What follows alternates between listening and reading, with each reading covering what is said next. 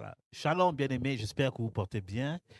Bienvenue à notre rencontre euh, prophétique du jour. Voilà, nous traitons notre thème de toujours dévoiler et détruire la sorcellerie. Je suis dans la joie d'être avec vous cette nuit encore, où nous allons encore expérimenter la grâce du Seigneur.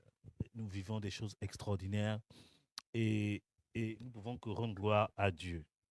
Et je suis encore sur la joie, dans la joie. Pourquoi? Je vais vous donner un témoignage avant de dire ce qu'on va traiter aujourd'hui. Le témoignage que je vais vous donner ce soir, c'est un signe. Pour moi, c'est une prophétie.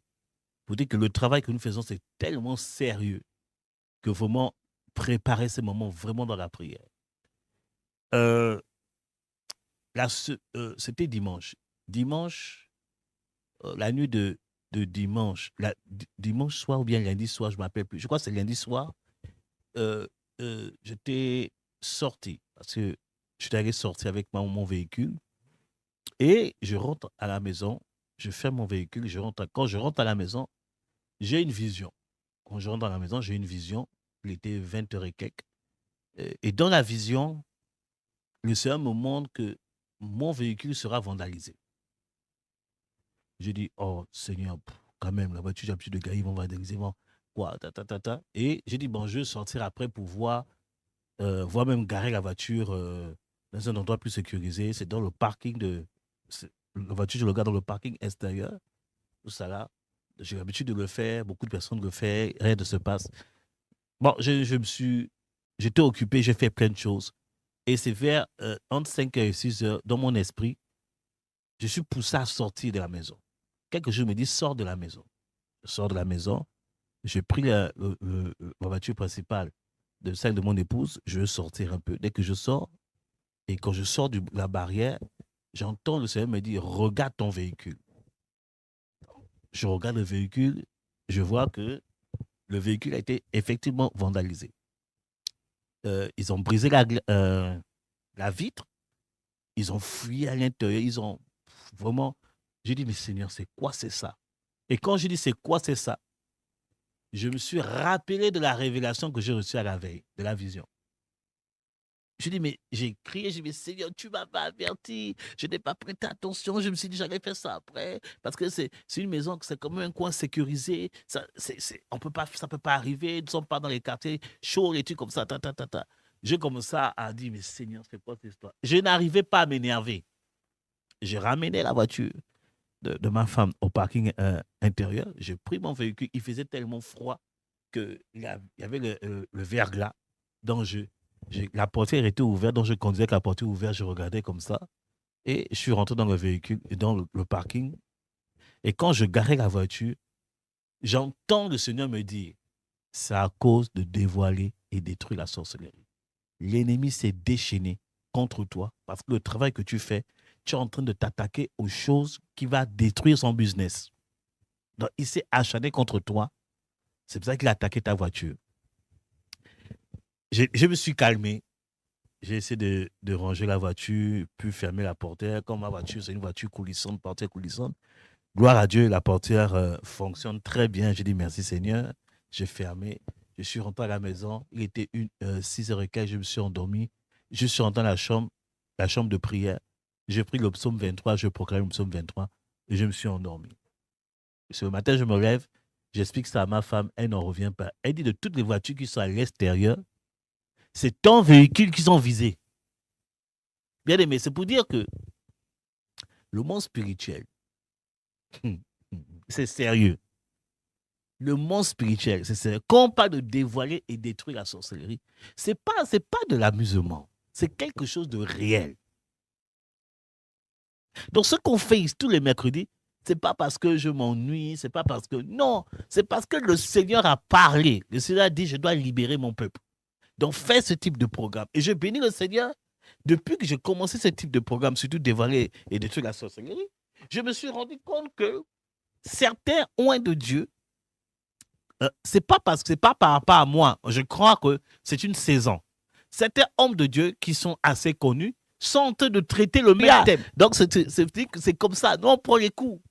On attaque les démons de vos familles, mais eux, ils viennent se venger sur nous. Parce qu'on a déjoué un plan. C'est pour cela, bien aimé, il faut beaucoup prier. Vous savez que le prophète, parfois, il se comporte comme ça, il ne comprend pas. J'ai fait une publication, même pas une semaine, où j'ai dit, priez pour vos pasteurs. Et quand j'étais en train de relire, revoir un peu, parfois, je revisite un peu les vidéos que je fais pour voir ce qui est à modifier avec la com, tout ça. Là. Et je suis tombé sur cette vidéo, je dis, mais c'est pas longtemps que j'ai fait cette vidéo. J'ai compris que c'était prophétique. Sans me rendre compte, j'étais en train de, par l'esprit, de dire des choses pour ceux qui...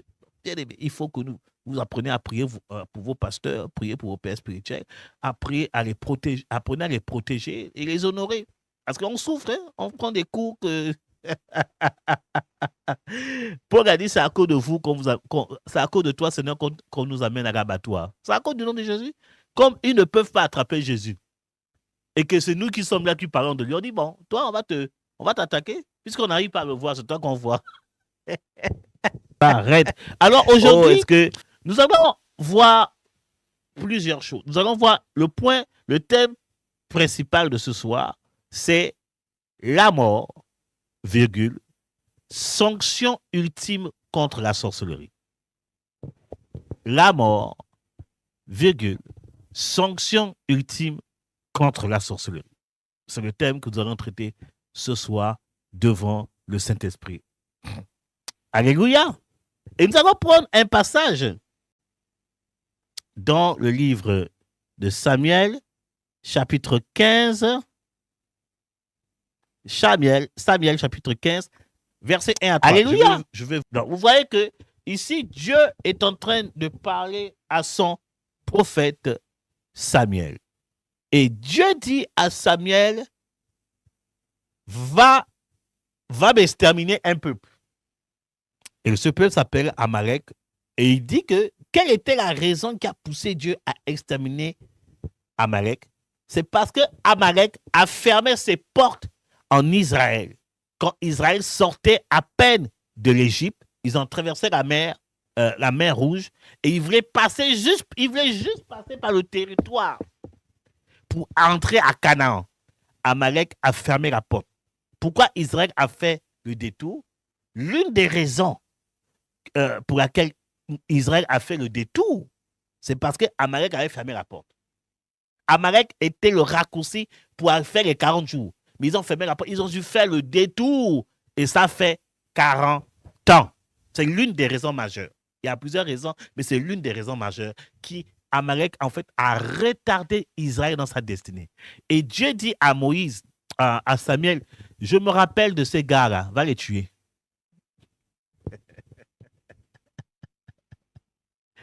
Amalek agit avec un esprit de sorcellerie. Parce que c'est quoi la sorcellerie? On va encore donner nos définitions. La sorcellerie, c'est s'opposer au progrès d'une personne. C'est s'opposer au progrès d'une famille. C'est s'opposer au progrès d'une entreprise, d'un projet. C'est ça la sorcellerie. Amalek ont péché qu'Israël passe par eux pour vite arriver dans notre destinée. À cause de la sorcellerie d'Amalek, Israël a eu de retard dans sa destinée. Donc, vous voyez que parfois la sorcellerie peut agir contre la vie d'une tierce personne, contre la vie d'un ministère, contre la vie d'un business. Dieu a prévu de te donner peut-être une bénédiction en 2026, mais à cause de l'esprit de sorcellerie qui travaille contre toi, cette bénédiction va venir peut-être 5 ans, 10 ans après. Alors que c'est une bénédiction que tu devais recevoir en 2026. Vous comprenez ce que je suis en train de dire? Ça, c'est l'une des manifestations de la sorcellerie. Elle est là pour amener un esprit de retard. La rage, pas la rage, la colère que Dieu a contre la sorcellerie. La sorcellerie, c'est tellement horrible, c'est une abomination pour lui. Il dit qu'il faut tuer tout le monde. Parce que même si c'est papa qui est dedans, sur le plan spirituel, les enfants ont pris la chose à cause de l'ADN. Donc, pour ne pas permettre que l'esprit là continue à se manifester, il faut tuer tout le monde. Et j'étais poussé à savoir quel est le sens même d'Amalek. Qu'est-ce que Amalek veut dire? Et je suis parti, j'ai fait des recherches et j'ai découvert, j'avais cette intuition, mais je n'avais pas les preuves.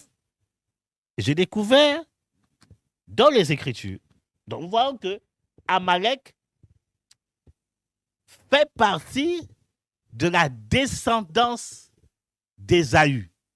Et qui était Ésaü? Ésaü était le frère jumeau de Jacob. Jacob, qui est Israël lui-même. Parce que Jacob, Dieu l'a donné le nom Israël. Donc vous voyez que Amalek est un parent des enfants d'Israël. Et l'histoire dit que Amalek, en d'autres temps, quand vous lisez ce que je viens de lire, on se rend compte que Amalek était le petit-fils d'Ésaü. Donc, c'était un parent d'Israël. Et l'histoire nous montre dans le livre des rois, le livre de chroniques, que Amalek était un ennemi farouche d'Israël. Alléluia. Vous voyez que c'est ce que je disais mercredi dernier, que la sorcellerie n'est jamais loin. Si tu es victime de sorcellerie, sache que la sorcellerie n'est jamais loin, c'est toujours à côté de toi. Vous vous rendez compte que Amalek qui manifeste la sorcellerie, c'est qui? C'est un parent d'Israël. Donc c'est que le plus souvent, à 99%, si tu es victime de la sorcellerie, sache que c'est toujours pas loin de toi. C'est un proche. Amen. C'est un proche. Les ennemis, Israël avait au moins, si je ne me trompe pas, dans mes études personnelles, ils avaient au moins 7 ennemis qui étaient autour d'Israël. Et vous allez voir que la plupart des ennemis, c'était des proches parents d'Israël. La sorcellerie. Le plus souvent, c'est un proche parent qui te veut du mal. Mais gloire sont rendues à Dieu parce que tu es connecté à ce temps de prière. Dieu, après ce temps de prière, Dieu te donnera une victoire extraordinaire au nom puissant de Christ de Nazareth. Dis Amen fort, écris Amen là-bas, écris Amen, écris Amen, écris Amen. Alléluia. Ici, Dieu parle à Pharaon. Pharaon qui est le roi de l'Égypte. Pharaon, dans ce contexte-là, c'est l'image de l'esprit de sorcellerie. Dans ce contexte, c'est l'image de l'esprit de sorcellerie. Et Dieu voulait libérer Israël de l'emprise de Pharaon. La première chose que Dieu, le premier message que Dieu donne à Pharaon, il dit laisse mon peuple pour qu'il aille quoi? Célébrer une fête en mon honneur au désert. Une autre action de l'esprit de sorcellerie, l'esprit de sorcellerie veut t'empêcher, déjà, veut te retirer la joie. Parce que quand on parle de célébrer la fête, ça parle de la joie. L'esprit de sorcellerie a pour but de t'enlever la joie. C'est pour ça que parfois, quand tu es à 2 doigts de vivre quelque chose un événement heureux, il va amener toujours un truc contraire pour t'enlever la joie. C'est l'esprit de sorcellerie. Si tu te remarques ça depuis un moment, fais attention. La sorcellerie n'est pas loin de toi. Donc, vous voyez que la sorcellerie veut d'abord enlever ta joie. Elle vise à retirer la joie. Elle veut t'empêcher de louer Dieu. Ne laissez jamais un événement retirer la joie de votre cœur. Parce que la joie, c'est notre... On dit que la joie du Seigneur est notre force. La joie est une énergie que Dieu nous donne afin de tenir ferme contre l'adversité. Quand tu laisses ça, tu vas commencer à te lamenter comme si tu étais un enfant du diable. C'est les enfants du diable qui sont dans les lamentations. C'est les enfants du diable qui pleurent tous les jours. Les enfants de Jésus, ça monte et ça descend, ils sont toujours joyeux. Laisse mon peuple me célébrer, c'est la joie. Laisse mon peuple, deuxième point, c'est le service. Le diable fera tout pour que tu ne serves pas Dieu. La sorcellerie s'élèvera contre toi pour t'empêcher de servir Dieu. Il va créer les circonstances pour que tu ne serves pas Dieu. Il va créer les maladies. Il va créer des empêchements bizarres. Il va vouloir que croire en cela. Il est dit, c'est la sorcellerie. Il ne faut pas écouter cela. Ok, tout, hein. Mais moi, le service de Dieu, moi, je veux pas. Moi, je veux servir Dieu. Alors que la Bible dit que celui qui sert le Seigneur va éloigner la disette. Il va éloigner la maladie. Alors, si tu vois qu'il y a le manque, comment sert Dieu? Si tu vois que tu es éprouvé, sers encore plus Dieu. Si tu vois que tu n'as rien à manger, bien aimé, j'ai servi Dieu. Je ne savais pas ce que j'allais manger demain.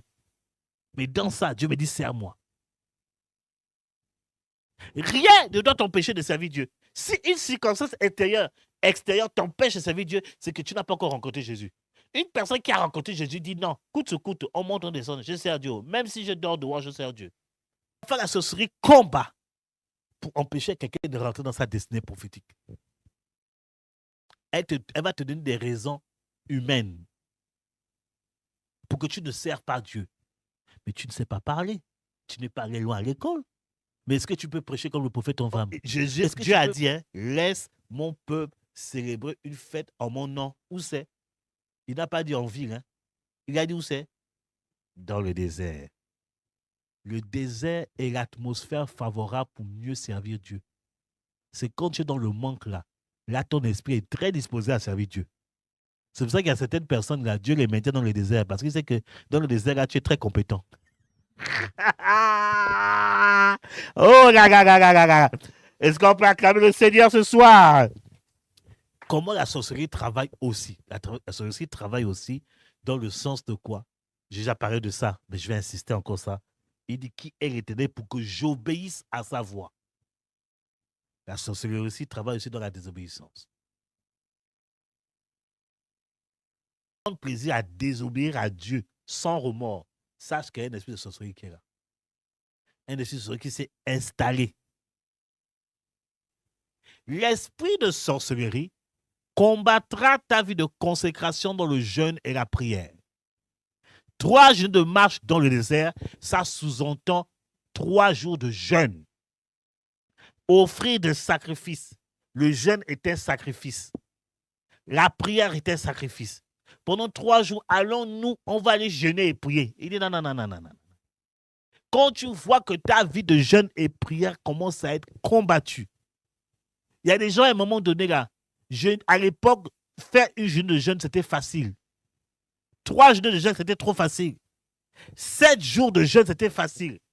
Maintenant, à un moment donné, là, même faire une journée, c'est difficile. À midi, tu veux déjà couper. C'est qu'il y a un esprit de sorcellerie qui combat ta consécration. Vous voyez, l'esprit de sorcellerie, c'est un esprit qui te met dans un état d'esclave. Tu travailles, tu fais un travail de 10 heures pour avoir un résultat d'un chiffre d'affaires de 1 heure. Il y a des gens, parfois, ils sont là, mais ils ne savent pas que dans le monde spirituel, ce sont des esclaves. Le monde de la sorcellerie les utilise comme des serviteurs dans le monde spirituel. Et Ésaïe 61 dit, l'Esprit du Seigneur est sur moi parce qu'il m'a oint pour annoncer les bonnes nouvelles aux pauvres. Apporter la guérison à ceux qui ont le cœur brisé. La délivrance aux captifs et la libération aux prisonniers. La délivrance aux captifs et la libération aux prisonniers. Ça veut dire quoi? Les captifs, c'est que tu as été attaché quelque part. Le monde mystique peut t'attacher aussi quelque part. On dit que tu es serviteur. C'est pour ça que je vous dis, par exemple, il y a des familles qui ont fait des alliances avec les génies.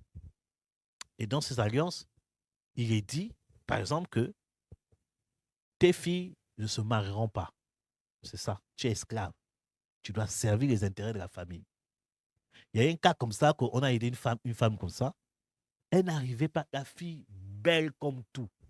Quand tu vois la fille, mon Dieu, belle, mais personne ne s'approche d'elle. Elle aime Dieu. Elle dit, mais prophète, qu'est-ce que j'ai fait? J'ai fait quoi? Et quand on commence à prier, Dieu nous fait découvrir le plan mystique. Et on découvre en fait que elle a été mariée par le génie de la famille. Elle ne doit pas se marier pour servir les intérêts de la famille. Et le Seigneur nous a fait dire que non, elle doit coucher qu'avec les gens qui ont de l'argent pour amener l'argent dans la famille. En fait, c'est ça l'esclavage. Elle est esclave de la famille. Il y a une alliance qui a été faite par un de ses ancêtres. Dès que la révélation est donnée, bien aimé, délivrance, manifestation, la pauvre, jolie fille. En fait, délivrance, les démons ne respectent personne. Hein. Jolie fille. Quand tu vois la fille se manifester, ça fait pitié. C'est là que la beauté humaine est vaine. Chasser, chasser, chasser, chasser, chasser. Reviens la semaine prochaine, chasser, jusqu'à ce que la personne soit libérée et Dieu restaure la fille. Et Dieu restaure la fille. On a près de témoignages comme ça. Des gens qui ont été... Il y a des gens aussi, il y a un cas comme ça, qui dans le monde spirituel, il a été dit qu'elle ne doit pas, la personne ne doit pas enfanter. Parce que ça devait servir aux intérêts du génie de famille. C'est ça, Pharaon. Il y a des gens qui sont captifs, qui sont bloqués. On bloque les étoiles des gens, on bloque la destinée des gens, parce que tes grâces servent aux intérêts de la famille. C'est pour ça que je te dis ce soir, et à la semaine prochaine, ce plan est arrêté par le nom puissant de Christ de Nazareth. Tu vas te marier proprement. Oh, ton amène est bizarre, ton amène est bizarre, ton amène est bizarre. Tu vas te marier proprement.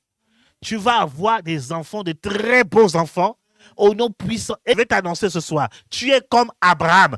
Dieu va t'utiliser pour vaincre le combat de l'esclavage de ta famille, et ça va ouvrir aux portes aux autres, aux cousins, aux cousines, aux nièces, ça va ouvrir les portes. Je t'annonce la nouvelle de la victoire contre l'esprit de sorcellerie, contre l'esclavage de la sorcellerie dans ta famille.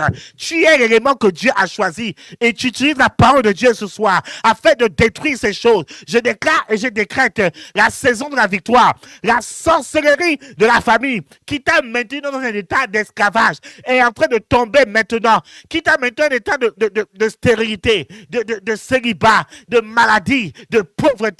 Cette sorcellerie est en train de tomber maintenant par le nom du Christ de Nazareth. Je déclare et je décrète la victoire de Dieu. Je déclare et je décrète la délivrance. J'envoie le feu contre les démons, les génies de ta famille. J'envoie le feu calcine, le feu vient détruire les hôtels qui ont été bâtis contre ta vie au nom puissant de Christ de Nazareth. Oui, tu te marieras. Oui, tu auras des enfants. Oui, tu prospéreras. Oui, tu seras très élevé par la grâce de Dieu. Au nom de